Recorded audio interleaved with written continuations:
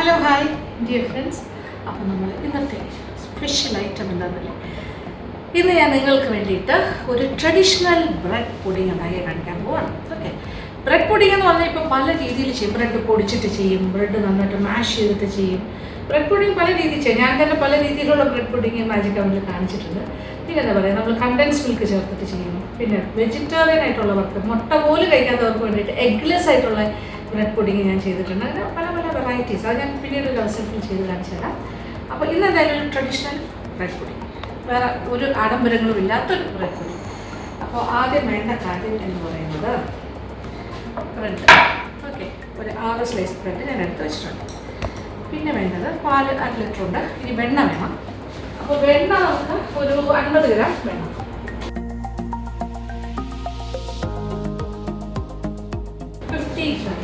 Butter. ഇനി ആദ്യത്തെ ജോലി എന്ന് പറയുന്നത് അടുപ്പിലേക്ക് നോക്കിക്കോളൂ. അതായത് ഈ 1 ലിറ്റർ പാലും ഒരു 1/2 കപ്പ് പഞ്ചസാരയും പിന്നെന്താ 50 ഗ്രാം വെണ്ണയും കൂടി ചേർത്തിട്ട് ഒന്ന് ചൂടാക്കണം. തിളപ്പിക്കണ്ട, ചൂടാക്കിയാൽ. 1/2 ലിറ്റർ പാലുണ്ട്. ഇനി ഇതിലേക്കൊരു 1/2 കപ്പ് പഞ്ചസാര. അപ്പം മധുരത്തിനനുസരിച്ചിട്ടാണ് ഞാനിപ്പോൾ 1/2 കപ്പ് ചേർക്കുന്നു. ഇത് മധുരം പോരാന്നുണ്ടെങ്കിൽ നിങ്ങൾക്കൊരു 3/4 കപ്പ് പഞ്ചസാര വരെ ആകാം. ഇനി വെണ്ണ 50 ഗ്രാം വെണ്ണയും കൂടി ചേർക്കാം. ഇനി ഇത് നന്നായിട്ടൊന്ന് ചൂടാകട്ടെ. അപ്പോൾ ഈ വെണ്ണയെല്ലാം ഇങ്ങനെ ഉരുകി വരും. ഇപ്പോൾ പഞ്ചസാരയും വെണ്ണയും പാലും ഇതിവിടെ ചൂടായിക്കൊണ്ടിരിക്കട്ടെ. ഈ സമയം നമ്മൾ പുഡിംഗ് ബേക്ക് ചെയ്യുന്നതിന് ഒരു ബേക്കിംഗ് പാത്രം, ഒരു ഗ്ലാസ് വെയർ. ഗ്ലാസ് വെയർ പാത്രത്തിൽ ഞാൻ ഒരല്പം വെണ്ണ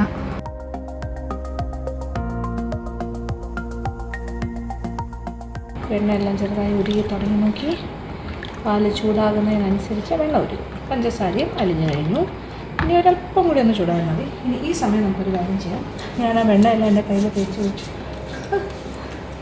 അപ്പോൾ ബ്രെഡിനെ ഇതിപ്പോൾ ഒരു ട്രഡീഷണൽ ഒരു സ്റ്റൈലിൽ തന്നെ ചെയ്യുമ്പോൾ ടിപ്പിക്കൽ ഈ സൈഡ്സ് ഒന്നും അങ്ങനെ അവർ കളയാറില്ല. നോർമലി ഇംഗ്ലീഷുകാരെല്ലാം വിത്ത് എന്താ പറയുക, ബ്രെഡിൻ്റെ എല്ലാ ഭാഗവും എടുക്കും. അപ്പോൾ ഇത് വേണമെങ്കിൽ കൈ കൊണ്ട് പിച്ചിയിട്ടാലും മതി, അല്ലെങ്കിൽ ഇതുപോലെ ക്യൂബ്സായിട്ട് കുറയ്ക്കും. അപ്പോൾ നമുക്ക് ഏറ്റവും എളുപ്പത്തിൽ ചെയ്യാൻ പറ്റുന്ന ഒരു ട്രഡീഷണൽ സ്റ്റൈലിലാണ് ഞാനിപ്പോൾ കാണിക്കുന്നത്. അങ്ങനെ 6 സ്ലൈസാണ് ഇപ്പോൾ എടുത്ത് വെച്ചിരിക്കുന്നത്. നോക്കാം. ഓക്കെ, അപ്പോൾ വെണ്ണയെല്ലാം ഓൾമോസ്റ്റ് ഉരുകി കഴിഞ്ഞു. ഓക്കെ, ഇനി തീ ഓഫ് ചെയ്യാം. ഇനി ആ ചൂടുണ്ടല്ലോ, ആ ചൂടിൽ കിടന്ന് ബാക്കി ഉരുകിക്കോളും. അപ്പോൾ ഇത്രയും കാര്യങ്ങളായാലും ഇനി എന്താ ചെയ്യേണ്ടത്? ബ്രെഡിന് ഒരു സൈഡിലേക്ക് മാറ്റി വെച്ചിട്ട് ഇതിനകത്ത് 3 മുട്ട പൊട്ടിച്ച് വയ്ക്കും ഒരു ബോളിൽ. എന്നിട്ട് നമ്മൾ സ്പൂൺ കൊണ്ട് നന്നായിട്ട് ബീറ്റ് ചെയ്യും. അത്യാവശ്യം വലിപ്പമുള്ള മുട്ടയാണെങ്കിൽ കറക്റ്റ് 3.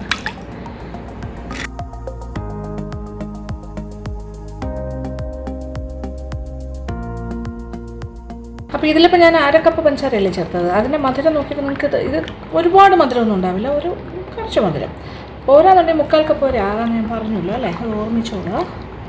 ഓക്കെ, അപ്പോൾ ഇത് ഭയങ്കര ചൂടല്ലല്ലോ, ഒരു ചെറു ചൂടാണ്. അപ്പോൾ കാരണം അത് തീ ഓഫ് ചെയ്തിട്ട് ഒരു 5 മിനിറ്റ് വെച്ച് വയ്ക്കാം. ഭയങ്കര ചൂടൊന്നും വേണ്ട, ഒരു മീഡിയം, ഒരു ചെറുതായിട്ടൊന്ന് സ്കാൽഡ് ചെയ്ത് കിട്ടിയാൽ മതി. ഒരു ഭയങ്കര ചൂടിലെടുത്ത് മുട്ട കഴിച്ചാൽ മുട്ട സ്ക്രാമ്പിളാണ്.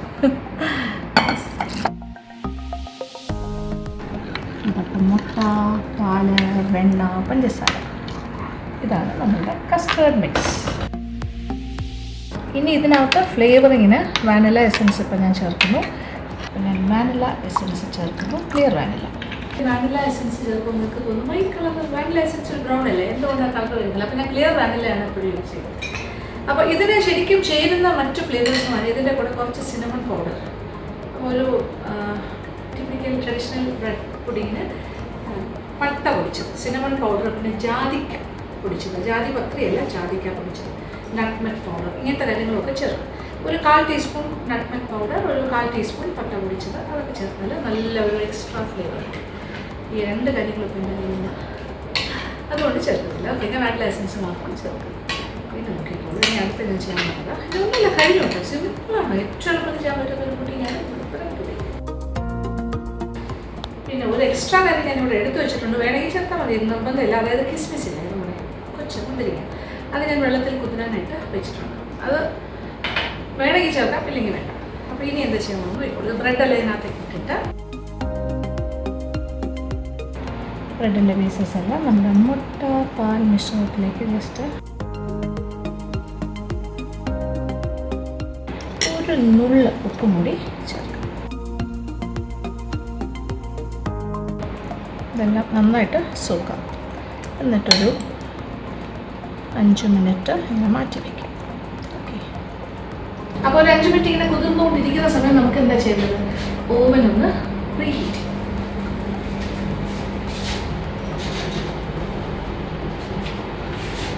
അപ്പോൾ ഞാനൊരു 5 മിനിറ്റ്സ് 180-ൽ 5 മിനിറ്റ്സ് പ്രീഹീറ്റ് ചെയ്യാനായിട്ട് വെച്ചു. അത് കഴിഞ്ഞാൽ നമ്മൾ ഇതിനകത്തേക്ക് ട്രാൻസ്ഫർ ചെയ്തു. അത് കഴിഞ്ഞ് എന്താ ചെയ്യുന്നത്? നേരെ ഓവനിലേക്ക് വയ്ക്കുന്നു. പിന്നെ ഒരു 40-30 മിനിറ്റ് മുതൽ 45 മിനിറ്റ് വരെ സമയം, ഡിപ്പെൻസ് ഓരോ ഓവൻ്റെയും ടെമ്പറേച്ചർ അനുസരിച്ചിട്ട്.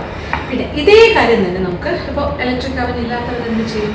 ഇതേ കാര്യം നമുക്ക് വേണമെങ്കിൽ സാധാരണ കുക്കർ കേക്കൊക്കെ ഉണ്ടാക്കില്ലേ അതുപോലെ, അല്ലെങ്കിൽ പാനിൽ വെച്ചിട്ട്, അതായത് ഓവൻ ഇല്ലാതെ നമ്മൾ കേക്ക് ഉണ്ടാക്കില്ലേ അതേ മെത്തേഡിലൂടെ ചെയ്യാം. ഓക്കെ, അത് ഇതേ ടെക്സ്ചർ കിട്ടും. അതായത് മുകൾ ഭാഗമൊക്കെ ഒരു ഗോൾഡൻ ബ്രൗൺ കളർ ആകുന്ന പോലത്തെ ഒരു ടെക്സ്ചർ. അപ്പോൾ ഒരു എന്താ പറയുക, ഒരു പാനിൽ അകത്ത് പാത്രം വെച്ചിട്ട് ചെറിയൊരു തട്ടം വെച്ചിട്ട് അതിൻ്റെ അകത്തേക്ക് ഇറക്കി വെച്ചിട്ട് അടച്ച് ചെറിയ തീയിൽ ഇതുപോലെ ഒരു 45-50 മിനിറ്റ് സമയം വേവിക്കുക. എന്താ പറയുന്നത്, നമ്മൾ ചുട്ടെടുക്കുക, ബേക്ക് ചെയ്തെടുക്കുക. കുക്കറാണെങ്കിലും അതുപോലെ ഉപ്പൊന്നും ഇടണമെന്ന് നിർബന്ധമില്ല ബേസിൽ. അല്ലാണ്ട് ഒരു ചെറിയൊരു തട്ടം വെച്ച് നമ്മൾ ചെയ്യില്ലേ സാധാരണ, അതുപോലെ അതിൻ്റെ മുകളിലേക്ക് പാത്രം ഇറക്കി വയ്ക്കും. പക്ഷേ ഇത് രണ്ടും ഒരേ ടെക്സ്ചർ ആയിരിക്കും. ഓവനിൽ വെക്കുന്നതും അങ്ങനെ നമ്മൾ ബേക്ക് ചെയ്യുന്നത് അടുപ്പിൽ വെച്ചിട്ട്. പക്ഷേ ഇതിൽ നിന്ന് വ്യത്യസ്തമായിട്ട് മറ്റൊരു ടെക്സ്ചറിൽ നമുക്ക് ബ്രെഡ് പുഡിങ് തരാം. അതായത് സ്റ്റീമിങ് പ്രോസസ്സ്. അത് ആവിയിൽ പുഴുങ്ങിയെടുക്കുന്നത്. അപ്പോൾ സ്റ്റീംഡ് ആയിരിക്കും. അതിൻ്റെ മുകൾ ഭാഗം ഒന്നും ഗോൾഡൻ ബ്രൗൺ ഒന്നും ആകില്ല, പക്ഷേ സോഫ്റ്റ് ആയിട്ടുള്ളൊരു സ്റ്റീംഡ് ബ്രെഡ് പുഡിങ് കിട്ടും. അപ്പോൾ ഇതുപോലെയുള്ളൊരു ചേരുവ ഞാൻ വീണ്ടും ഉണ്ടാക്കിയിട്ട്, നിങ്ങൾക്ക് കാണേണ്ട ആവശ്യമില്ല, ഞാൻ ഉണ്ടാക്കുന്നത് സെയിം മെത്തേഡിൽ തന്നെയായിരിക്കും ഞാൻ ഉണ്ടാക്കുന്നത്. ആ കൂട്ടുണ്ടാക്കിയിട്ട് ഞാൻ അതിന് വേണ്ടി ഒരു കേക്ക് ടിൻ റെഡിയാക്കി വെച്ചിരുന്നു. അപ്പോൾ 5 മിനിറ്റ് കഴിഞ്ഞു. ഇത് നല്ല സോക്കായിരിക്കുവാണ്. ഇനി വേറൊന്നും ചെയ്യാനില്ല, ഇതിലേക്ക് ട്രാൻസ്ഫർ ചെയ്യും.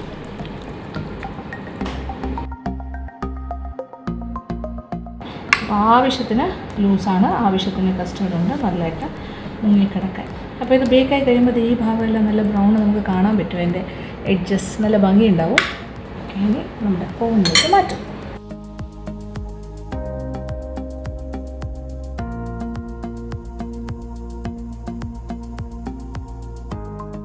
ഞാനൊരു 40 മിനിറ്റ്സ് ടൈമർ വെച്ചിട്ടുണ്ട്. നമുക്ക് ഇടയ്ക്കൊന്ന് നോക്കാം. ചിലപ്പോൾ അത് 35 മിനിറ്റ്സ് ആകുമ്പോൾ ആകും. എന്തായാലും മുകളിലൊരു ഗോൾഡൻ ബ്രൗൺ കളറാണ്. ഇനി അടുത്ത കൂട്ട് ഞാൻ തയ്യാറാക്കാൻ പോകുന്നു. അത് കഴിഞ്ഞിട്ട് ഇതുപോലെ സെയിം മെത്തേഡ് ബ്രെഡ് ആവണം. പിന്നെ പാല്, അതുപോലെ തന്നെ പാലും മുട്ടയൊക്കെ വെച്ചിട്ട് ഒരു കോമ്പിനേഷൻ. പാല് വെണ്ണ വീണ്ടും ഒരു 50 ഗ്രാം എണ്ണയൊക്കെ എടുത്തിട്ടുള്ളതാണ്. ഒരു മാറ്റമില്ല, സെയിം രീതിയിൽ നല്ലൊരു ബ്രെഡ് പുഡിങ്ങിൻ്റെ ഒരു ബാറ്റർ റെഡി. അപ്പോൾ അടുത്ത സെറ്റ് നമ്മൾ സ്റ്റീംഡ് ബ്രെഡ് പുഡിങ്. അതിനത് ഇനി ചെയ്യാൻ പോകുന്നത് ബ്രെഡെല്ലാം എടുത്ത് വെച്ചു. നമ്മളുടെ കസ്റ്റർഡ് മിക്സും റെഡിയാണ്. പാല് മുട്ട മിക്സ് ഇടുന്നു. നേരത്തെ ചെയ്ത അതേ പ്രോസസ്സ് തന്നെയാണ്, ഒരു മാറ്റമില്ല. പിന്നെ ഞാൻ നേരത്തെ പറഞ്ഞിരുന്നല്ലോ നമ്മൾ കിസ്മിസും കൂടി വേണമെങ്കിൽ ചേർക്കാം എന്നുള്ളത്. അത് ഇത് കുറച്ചേ ഉണ്ടായിരുന്നുള്ളൂ, അതുകൊണ്ട് ഞാൻ 2-ലും ചേർക്കുന്നില്ല, 1-ൽ ചേർക്കാമെന്ന് വിചാരിച്ചു. നമ്മുടെ സ്റ്റീംഡ് പുഡിങ്ങിൽ അത് ചേർക്കാം. താഴെയും സൈഡ്സൊക്കെ കവർ ചെയ്യുന്നതിന് ഇച്ചിരി ഓയിൽ പരത്തിയിട്ട് അത് വെച്ചിട്ടുണ്ട്. അപ്പോൾ ഇതിനകത്തേക്ക് ഒഴിച്ചിട്ട് സ്റ്റീമറിൽ വെച്ചിട്ട് ആവിയിൽ പുഴുങ്ങിയെടുക്കും. 5 മിനിറ്റ്സ് ഞാൻ വെയിറ്റ് ചെയ്തു. ഇനി ഞാൻ ആ ടിന്നിലേക്ക്, കേക്ക് ടിന്നിലേക്ക് മാറ്റാം. പുഡിങ് ടിന്നായിട്ട് യൂസ് ചെയ്യാം. ഇതിനോടൊപ്പം കിസ്മിസ്, കുതിർത്ത കിസ്മിസ് കൂടി ചേർക്കാം. ഇതിൽ ഏത് ഡ്രൈ ഫ്രൂട്ട്സും നട്ട്സും ഒക്കെ വേണമെങ്കിലും ചേർക്കാം കേട്ടോ, നമ്മളുടെ ഇഷ്ടമാണ്. ഇപ്പോൾ ക്രിസ്മസ് ടൈമിലൊക്കെ ഉണ്ടാക്കുകയാണെങ്കിൽ ഇതിൽ വാസ്തവത്തിൽ ഒരുപാട് ഡ്രൈ ഫ്രൂട്ട്സ് ആൻഡ് നട്ട്സ് ചേർക്കാൻ പറ്റും. ഇതിനകത്ത് ഫിഗ്സ് അരിഞ്ഞിടാം, ഡേറ്റ്സ് അരിഞ്ഞിടാം. നമുക്ക് ഇംപ്രവൈസേഷൻസ്, ഒരു ടിപ്പിക്കലല്ല, പക്ഷെ നമ്മുടെ ഇഷ്ടത്തിന് മാറ്റങ്ങൾ കൊണ്ടുവരാം. ഓക്കെ, ഇനി ഇത് സ്റ്റീമറിൽ നല്ല സ്റ്റീം വന്നു തുടങ്ങി, അതിലേക്ക് മാറ്റാം. ഇനി ഇതിൻ്റെ മേലൊരു അലൂമിനിയം ഫോയിൽ മുകളിലായിട്ട് വെച്ചാൽ ഇപ്പോൾ സ്റ്റീം പുറത്തേക്കും പോവില്ല. സ്റ്റീം അകത്ത് പോകുമ്പോൾ സ്റ്റീം അകത്ത് തന്നെ ട്രാപ്പായിട്ട് കിട്ടും. സ്റ്റീം പുറത്തേക്ക് പോവില്ല. മാത്രമല്ല മേളിൽ നിന്നും വേപ്പർ ഇറങ്ങിയിട്ട് അതിനകത്തേക്ക് വെള്ളം വീഴാനും പാടില്ല. അപ്പോൾ നമ്മളെല്ലാം അതെല്ലാം സെറ്റ് ചെയ്ത് കഴിഞ്ഞു. ഇനി ഒരു 40 to 45 മിനിറ്റ്സ് വെയിറ്റിംഗ് ടൈമാണ്. അത് സ്റ്റീമായി വരട്ടെ, നന്നായിട്ട് വേണം. അപ്പോൾ മുകളിലൊരു ഗോൾഡൻ ബ്രൗൺ കളറൊന്നും ആകില്ല, പക്ഷേ നന്നായിട്ട് വേഗവും വേണം. ഇവിടെ ക്ലിയർ ചെയ്യും.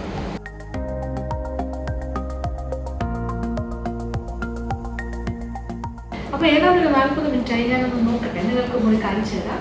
നമ്മുടെ ബേക്ക് ചെയ്തുകൊണ്ടിരിക്കുന്ന നല്ല ഭംഗിയായിട്ട് വരുന്നുണ്ടല്ലോ. നോക്കി, പൊങ്ങി നല്ല റേസായി പഫി ആയിട്ട് മുകളിലൊക്കെ ഇങ്ങനെ ഗോൾഡൻ ബ്രൗൺ കളറായി വരുന്നു. ഇത് എടുക്കുന്ന സമയമാണ് കറക്റ്റ്. പക്ഷേ ഈ ഒരു പൊങ്ങിയിരിക്കുന്ന കാര്യം, ഇത് ചൂടോടുകൂടി ആ അവനിൽ നിന്ന് എടുത്ത് മാറ്റി കഴിയുമ്പോൾ ഒന്ന് താഴും. അപ്പോൾ എപ്പോഴും ഇത് എക്സ്പെക്റ്റ് ചെയ്യേണ്ട. ഇത് പക്ഷേ ഈ ഒരു സമയത്ത് ഇങ്ങനെ തന്നെ കാണാൻ പറ്റും എടുക്കുന്ന സമയം.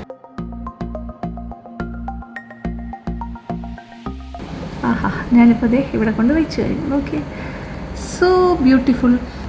നല്ല മണം. Yummy yummy. കാണുമ്പോൾ തന്നെ അറിയില്ല, നല്ല ഫ്ലഫി ഫ്ലഫി ഫ്ലഫി. ഉള്ളിലേക്കൊരു സൂഫ്ലെ മാതിരി ഉണ്ട് അടിഭാഗത്തേക്ക്. ഇനിയിപ്പോൾ താഴ്ന്നു തുടങ്ങും കുറച്ച്. ആ റേസ് ആയിരുന്നത് അല്പം ഒന്ന് താഴെ ഡൗൺ ആകും. പക്ഷെ സ്വാദിനൊന്നും ഒരു കുറവും വരില്ല. തൊട്ട് നോക്കട്ടെ, കണ്ട അത് തന്നെ കുലുങ്ങുന്നത് നോക്കിയേ, ജസ്റ്റ് ലൈക്ക് എ സൂഫ്ലെ.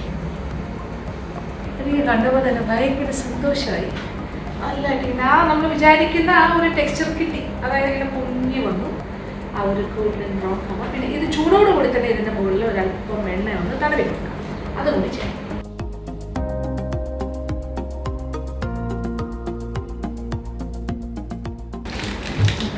അപ്പോൾ ആ ചൂടിൽ നിന്ന് ഇങ്ങനെ ഒഴുകി അതിങ്ങനെ വരും. ഇതിപ്പോൾ താഴ്ന്നു നോക്കിയാൽ ഇപ്പോൾ ലെവലായി. ഈ പാത്രത്തിൻ്റെ കറക്റ്റ് ആ സ്ക്വയർ ഷേപ്പിലേക്ക് മാറി.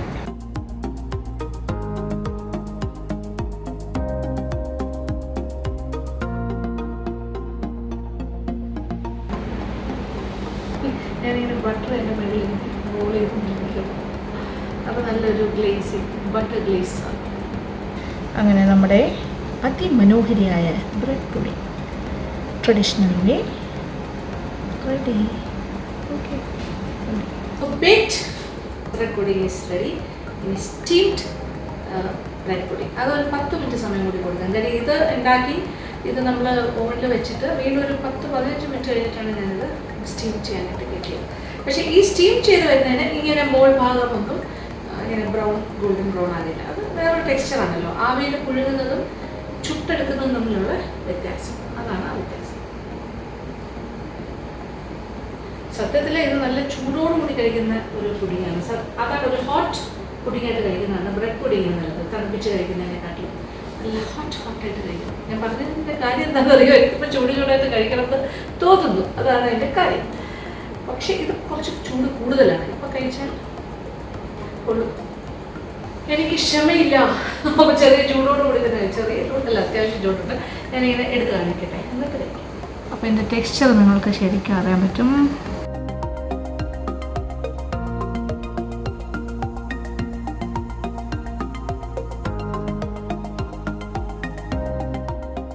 നല്ല സോഫ്റ്റായിട്ടാണ് ഇരിക്കുന്നത്.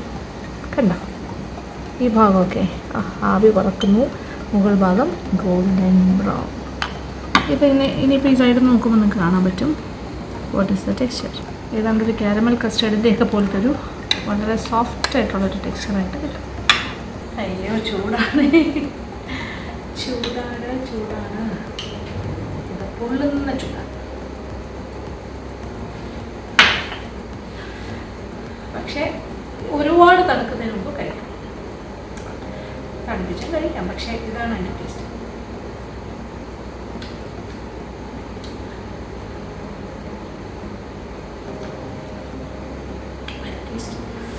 മധുരമൊക്കെ ഓക്കെയാണ്.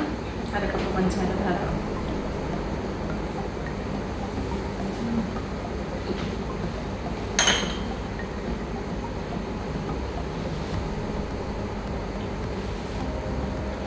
നല്ല ചൂടുണ്ടായിരുന്നു. നാക്ക് പൊള്ളിയെന്നാണ് തോന്നുന്നത്. ഓക്കെ, മധുരം കറക്റ്റ്. സോഫ്റ്റ് എന്ന് പറഞ്ഞാൽ വയലിട്ടിൽ അലിഞ്ഞു പോകുന്ന ടെക്സ്ചറാണ് ഉള്ളിൽ. അതിൻ്റെ മേൽഭാഗം കുറച്ച് നല്ലൊരു കരികരിപ്പാണ്. എക്സലൻറ്റ്. അപ്പോൾ ഇതാണ് നമുക്ക് വേണ്ട ടെക്സ്ചർ. ഇതേ ടെക്സ്ചറാണ് നിങ്ങൾക്ക് കിട്ടും. ഈ same method, same proportion, same time എല്ലാം അതുപോലെ ഫോളോ ചെയ്താൽ മതി, ഒരു മാറ്റം വരുത്തില്ല. ഓക്കെ, ഇനി നമ്മുടെ സ്റ്റീമിലിരിക്കുന്ന ആളും കൂടി ഇറങ്ങിക്കോട്ടെ, അത് കഴിഞ്ഞിട്ട് അതും ഞാൻ കാണിച്ചു തരാം. അങ്ങനെ ഞാനിവിടെ എല്ലാം നീറ്റാക്കി കഴിഞ്ഞു. ഇനി എന്താണ് അടുത്ത പരിപാടി? ഇപ്പോൾ ഒരു 40 മിനിറ്റ് സമയം കഴിഞ്ഞു. നമ്മുടെ ബേക്ക്ഡ് ബ്രെഡ് പുഡിംഗ് ഇവിടെ ഇരിക്കട്ടെ. അത് നോക്കട്ടെ, കണ്ടു തീ ഒന്ന് ഓഫ് ചെയ്യുന്നു.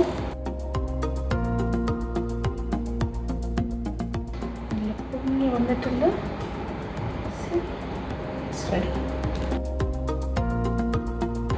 സ്റ്റീംഡ് നന്നായിട്ട് വെന്തിട്ടുണ്ട്.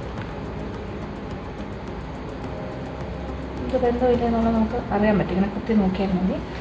അത് ഉള്ളിലേക്ക് കറക്റ്റായിട്ട് ഇതാ കമ്പ് ക്ലീനായിട്ട് വന്നില്ല. അപ്പോൾ ദാറ്റ് മീൻസ് ഇറ്റ്സ് കുക്ക്ഡ്. അപ്പോൾ നന്നായിട്ട് ആവിയിൽ പുഴുങ്ങി എടുത്ത് വരും. ഇനി ഇതും നമ്മൾ തണുപ്പ് എളുപ്പം ഒന്ന് തണുപ്പിക്കാം. സ്റ്റീംഡ് ആയിട്ടുള്ള ബ്രെഡ് പുഡിംഗ് ഇങ്ങനെ ഇരിക്കും. അതിൻ്റെ ടെക്സ്ചറിനൊന്നും വലിയ മാറ്റമൊന്നുമില്ല. അതേ നോക്കി, ഇത് നല്ല സോഫ്റ്റ്. നമ്മുടെ ഓവനിൽ ഉണ്ടാക്കിയതും നല്ല സോഫ്റ്റാണ് ഉള്ളിലേക്ക്. ഇപ്പോൾ നന്നായിട്ട് ഓൾമോസ്റ്റ് തണുത്തു. ഇനി വേണമെങ്കിൽ നമുക്ക് പീസസ് ആയിട്ട് കട്ട് ചെയ്ത് വരെ എടുക്കാം. മോൾ ഭാഗം ക്രസ്റ്റ് ചെയ്യണം. ഇത് മോൾ ഭാഗം ആ ബ്രൗൺ കളർ കിട്ടില്ല എന്ന് മാത്രമേ ഉള്ളൂ. ആ മുന്തിരിങ്ങ ഇട്ടത് കൊണ്ട് നോക്കി കിസ്മിസ് ഒരു അലങ്കാരം പോലെ കിടക്കും. ഇപ്പോൾ നോക്കിയേ, ഇത് വേണമെങ്കിൽ ഇങ്ങനെ കട്ട് ചെയ്ത് വയ്ക്കാം.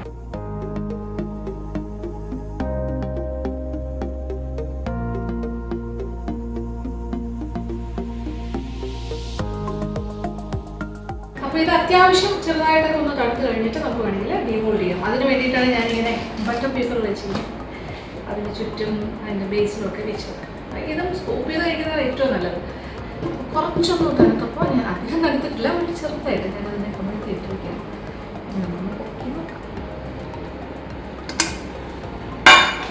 പിന്നെ ബട്ടർ പേപ്പർ കൊണ്ട് ഇങ്ങനെ വെച്ചിരിക്കുന്നത് കൊണ്ട് ഡീമോൾഡ് ചെയ്യാൻ എളുപ്പമായി. പക്ഷെ ഇപ്പോൾ നല്ല ചൂടുണ്ട് കേട്ടോ, ആവി പറക്കുന്നുണ്ട്. ആക്ച്വലി നല്ല തണുത്തിട്ടാണ്, ഒരുവിധം തണുത്തിട്ട് ഇങ്ങനെ ചെയ്യുന്നതായിരിക്കും നല്ലത്. അതിൽ കേക്ക് പോലെ കിട്ടിയിരിക്കും.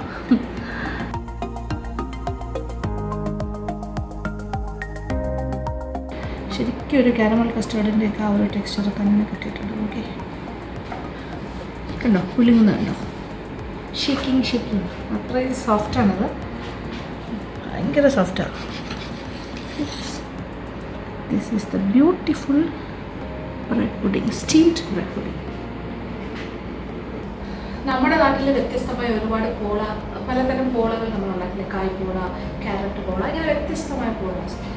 അപ്പോൾ ഇത് ഇംഗ്ലീഷുകാർ കണ്ടുപിടിച്ച ഒരു പോള പോലെ തന്നെയാണ് ഈ ബ്രെഡ് പുഡിംഗ് എന്ന് പറയുന്നത്. സ്റ്റീംഡ് ആയിട്ട് ചെയ്ത് വരുമ്പോൾ നല്ല മണം, നല്ല ടെക്സ്ചർ, നല്ല രുചി. നമുക്കിതൊന്ന് കട്ട് ചെയ്ത് നോക്കിയാലോ?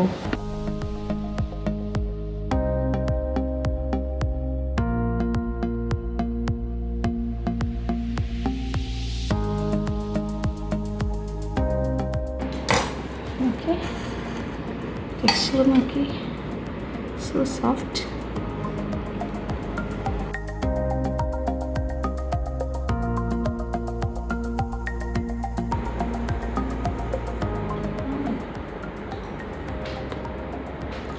ആക്ച്വലി സ്റ്റീംഡിനാണ് ബേക്ക്ഡിനെക്കാട്ടിലും ടേസ്റ്റ്. കുറച്ചുകൂടി എന്താ പറയുക, സോഫ്റ്റായിട്ട് നമുക്കിങ്ങനെ melting in my mouth. Excellent. Steam ചെയ്ത് നോക്കും, ഇതിനെക്കാട്ടിലും നന്നായിരിക്കുന്നു.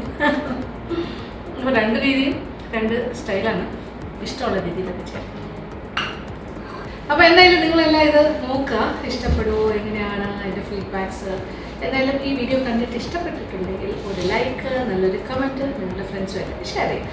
ഓക്കെ, അപ്പോൾ സന്തോഷം. അപ്പോൾ ഇത്രയും നേരം ക്ഷമയോടുകൂടി കണ്ടിരുന്നതിന് ഞാൻ 2 ടെക്സ്ചറിലുള്ള പൊടിയും കാണിച്ചു തന്നിട്ടുണ്ട്. ചെയ്ത് നോക്കണം, എന്നിട്ട് എനിക്ക് ഫീഡ്ബാക്സ്. ഓക്കെ, അപ്പോൾ thank you so much. Thank you for watching and keep on watching Lakshmi Nair vlogs.